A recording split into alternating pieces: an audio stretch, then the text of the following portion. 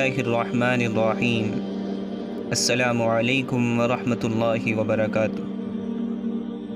سیدنا عبداللہ بن عمرو رضی اللہ عنہ سے روایت ہے کہ رسول اللہ صلی اللہ علیہ وسلم نے فرمایا، سیدنا نوح علیہ السلام نے وفات کے قریب اپنے ایک بیٹے کو وصیت کرتے ہوئے فرمایا، میں تمہیں 2 کاموں کا حکم دیتا ہوں اور 2 کاموں سے روکتا ہوں۔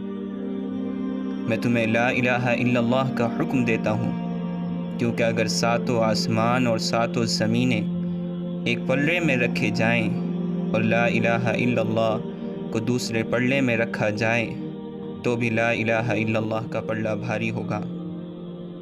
اگر 7 زمینیں اور آسمان ایک حلقے کی شکل اختیار کر لیں تو لا الہ الا اللہ انہیں بھی توڑ ڈالے گا۔ اور دوسری چیز جس کا میں تمہیں حکم دیتا ہوں وہ ہے سبحان اللہ و بحمدہ۔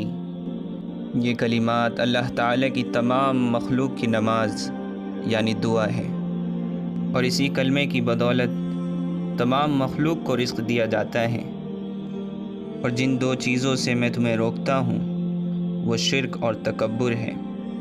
عبداللہ بن عمرو رضی اللہ عنہ نے عرض کیا، اے اللہ کے رسول، شرک تو ہم جانتے ہیں، مگر تکبر کیا چیز ہے؟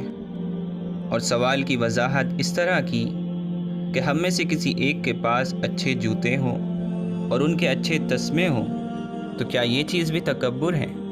فرمایا نہیں۔ پھر عرض کیا، ہم میں سے کسی کے دوست احباب ہوں جو اس کے پاس آ کر بیٹھتے رہتے ہوں تو کیا یہ بھی تکبر کی شکل ہے؟